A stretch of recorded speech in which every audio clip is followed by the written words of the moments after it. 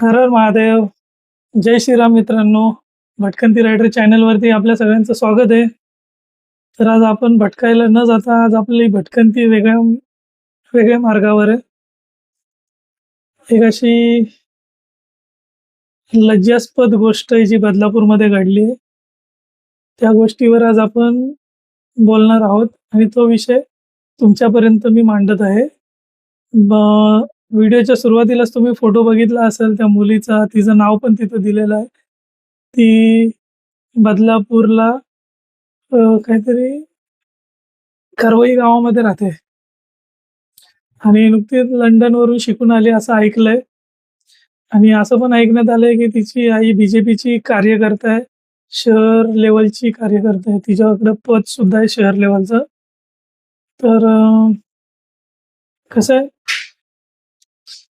परवा रात्रीच वाटतं ती प्रभू श्रीरामांबद्दल काहीतरी वाईट शब्द बोलली. वाईट शब्द बोलली आणि ती व्हिडिओ व्हायरल झाली. गाडीमध्ये होती तिच्यासोबत काय 2-3 पोरं पण होती व्हिडिओमध्ये दिसतायत ती. व्हिडिओ तर माझ्याकडे नाहीये, पण तुम्हाला Instaवरती भेटेल ती शोधाल तर. तुम्ही त्यामध्ये बघू शकता.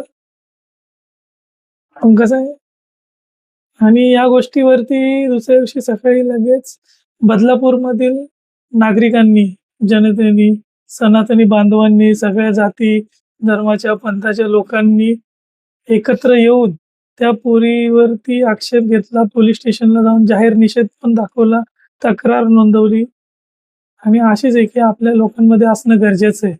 कारण की अशी एकी राहील तर अशा घाणेरड्या विचारांची लोकं समाजातून लांब होतील आणि त्यांना चांगला धडा शिकवता सुद्धा येईल.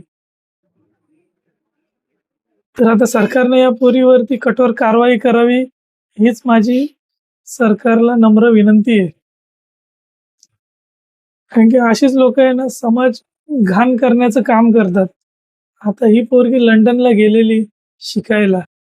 तिकडून ती हे शिकून आली. तिच्या बोलण्यावरून तर असं वाटतंय की ती नशेमध्ये बोलते. पोलिसांनी एकदा तिच्यावरती कारवाई करून बघावं की नशेमध्ये गाडी चालवत होती का?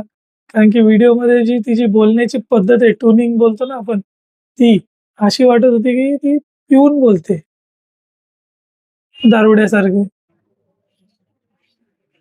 आणि तिच्यासोबत जी पोरं होती ना, त्यांना पण अटक केली पाहिजे आणि त्यांच्यावर सुद्धा कारवाई झाली पाहिजे, कारण की त्यांनी तिला अडवलं नाही. याचा अर्थ त्यांचा पण सहभाग होता त्या पोरांमध्ये. तिला कोणी असं बोलायला प्रवृत्त केलं का, ते पण चेक केलं पाहिजे.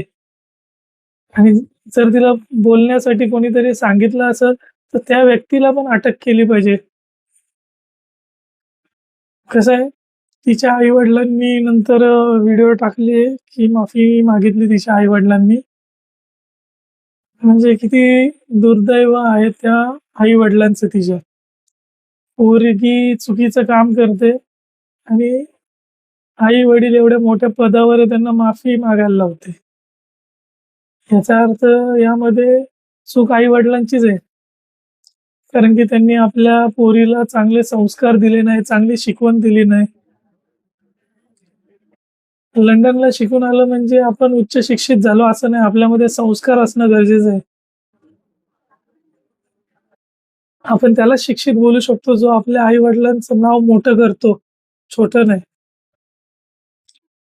त्या पोरीवर कठोर कारवाई झालीच पाहिजे. पुन्हा एकदा मी त्या सगळ्यांचं आभार मानतो, ज्यांनी त्या मुलीविरुद्ध पोलीस स्टेशनला तक्रार नोंदवली. तिच्यावरती सगळ्यांनी एकत्र येऊन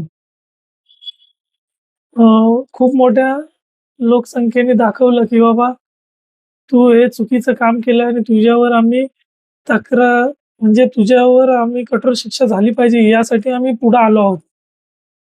आणि सरकारने या गोष्टीकडे लक्ष दिले पाहिजे, कारण की ही छोटी गोष्ट नाहीये. आज या मुलीमध्ये डेअरिंग आली, उद्या कोण पण येऊन कोणाबद्दल पण काय पण बोलू शकतं. ही अपमानास्पद गोष्ट आहे आणि ती सुधारलीच पाहिजे. त्यासाठी इतकी कठोर शिक्षा झाली पाहिजे. भले मग ती कोणी पण असो. बी-जे-पीच्या कोणत्यातरी पदावर असलेल्या एखाद्या कार्यकर्त्याची मुलगी असो, नाहीतर मग साध्या गरिबाची असो, नाहीतर कोणीही असो. तिच्यावरती कठोर शिक्षा ही झालीच पाहिजे तिला. तेव्हाच तर येणारी पिढी किंवा भविष्य काळामध्ये कोणाबद्दल असं वाईट शब्द बोलणार नाही. तर मी माझे 2 शब्द इथेच थांबवतो आणि सरकारला पुन्हा एकदा विनंती करून सांगतो, की त्या पोरीवरती कारवाई झालीच पाहिजे आणि झालीच पाहिजे. जय श्रीराम. हर हर महादेव.